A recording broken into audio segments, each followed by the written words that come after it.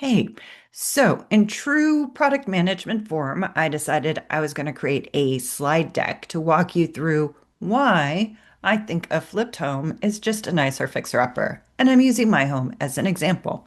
So let's get to it. Now, when I bought my home, it was a flip. I bought a flip because I was a single mom and I needed to have a room that, or a home that I could live in. And within my price range, it was like a flipped home or a home that you were basically going to have to gut and live somewhere else and pay on two homes. So I went with a flipped home.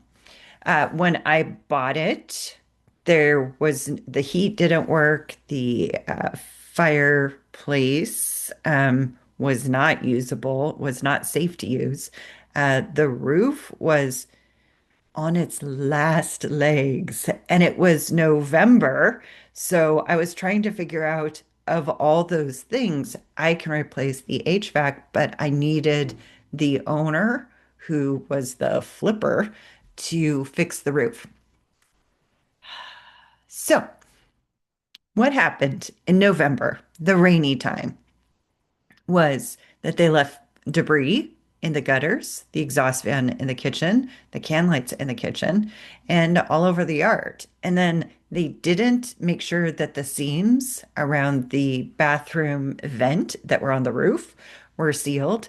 And just because I'm not going to come back to this, the skylight just kind of popped open. So I had snow coming in, the very first snow.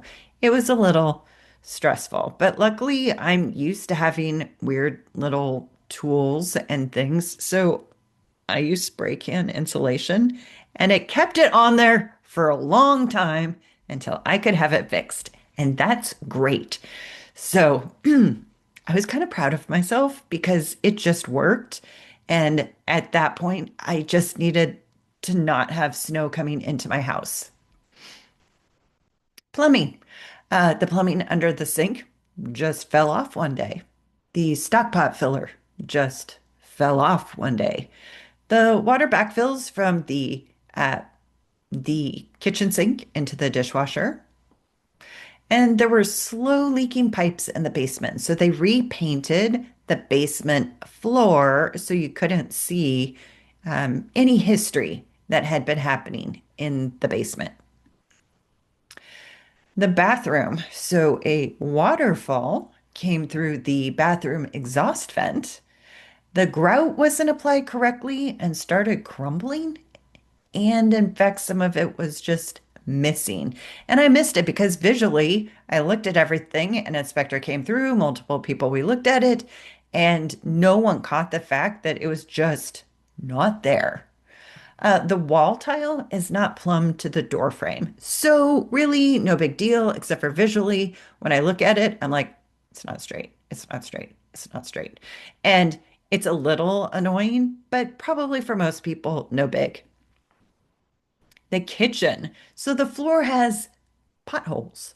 It's like they did something where they maybe took up the flooring that was there previously, and then they put some sort of cement or something, not evenly, obviously, see the potholes, and then they put over the laminate for the floor. So it's just kind of uneasy. And I've spent a lot of time looking in the basement poking holes to make sure that it isn't an indication of dry rot because I couldn't imagine why else that would be the case.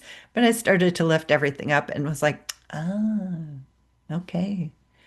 Let's see. The cabinet doors were installed with the tiniest screws I've ever seen in my life. So I found this out because my child um, opened up a door and the top fell off and went careening towards his noggin. But luckily, I caught it. So I had to rescrew all the cabinets. There was no sealant on the counters. There was no caulking around the new windows. The grout is patchy at best.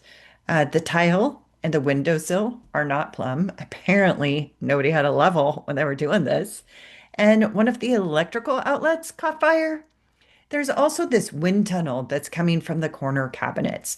So when I bought the home, they said, yes, when we did the flip, we insulated. This is the room that they did most of the work. They created a new kitchen and a new bathroom. And I assure you, there's not insulation there. I don't know. Or it's like a special kind of insulation that has many gaps for which air can freely flow through the basement. So we had leaking pipes in the basement, which were obfuscated by the paint on the new paint on the floor. The bathroom leaked due to inadequate grout, and then there was lots of water from the stockpot filler incident. And I put in an egress window and it leaked. So I have a cautionary tale.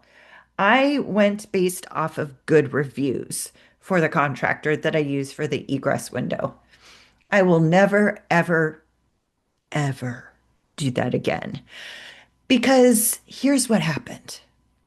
What happened was they put in the window and it started leaking. And I was like, yo, the window's leaking. So one of the guys came out and was like, I think it's fine. And I'm like, well, the water, that's fine. I feel like that's not okay. And he's like, I guess maybe we'll have someone come out and check it.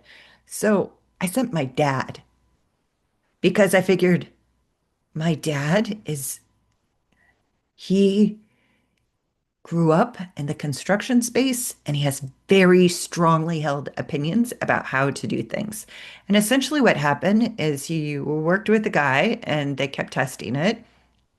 And it's like, it's still leaking, it's still leaking, it's still leaking. And then, like, the guy was just done for the day and they never returned my call. So they just stopped responding to me until my warranty window was passed. And they said, oh, well, I'm sorry that you have this leak. This is new information to us, but we would be happy to come out for a fee and fix it. And I was like, nope.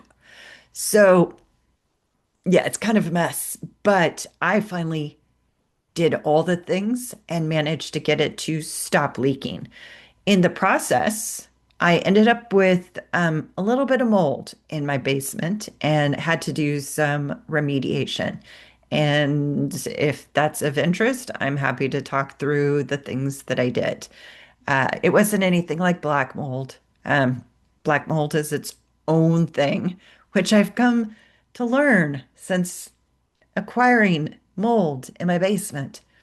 So, my message to you, if you take nothing, if you've made it this far, is use contractors that people you know have used them and they like their work. Because just finding someone off the internet, from my perspective, has not done me any favors. Now, I'm sure there's many occasions where that works fine, but I stopped doing that after the very first thing I did, which was put in an egress window in my basement. Exterior, I promise, we're almost done. So the kitchen windows had no caulking, and in fact, I could see at the top, which was almost at the what is that? The the soffit that is the overhang of the house. I could kind of peer up and I could still see shims. So my dad said that I shouldn't have just used caulking. I should have done something else. So I'll have him explain it because I was like, cool, that's great. At least it's not a space that a lot of water could come in when it starts cracking, which apparently that's inevitable. That was a side quest. Sorry. The gutters fell off from the shingle debris in the first heavy rain. They painted the brick fireplace and the planter box with house paint. They also used just regular wall paint on the fireplace on the inside. So that was cool. And they used water-based paint over oil paint, which I ended up with some bubbling, and I've been trying to figure out how to fix that which is essentially, I think I'm just going to have to scrape off the bulk of the paint and it's winter. So I just did like a quick and easy fix so that I don't have bare wood.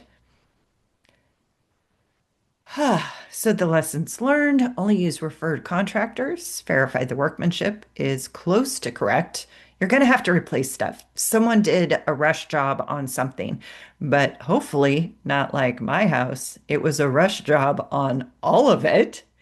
And assume it's not close to correct because then you're going to take a look at everything they fixed and you're going to be able to assess how much it's going to cost to hire a contractor or if you need tools or whatnot to do it DIY if you don't have that. And that's my last point. Make sure that you have a stash of cash because things are going to go wrong. Also, like even if the flip was done perfectly, something's going to go wrong with your house, right? Because it's a house. Um, yes, that is why. Welcome to my journey of understanding why a flipped house is just a nicer fixer-upper. Until next time, thanks all.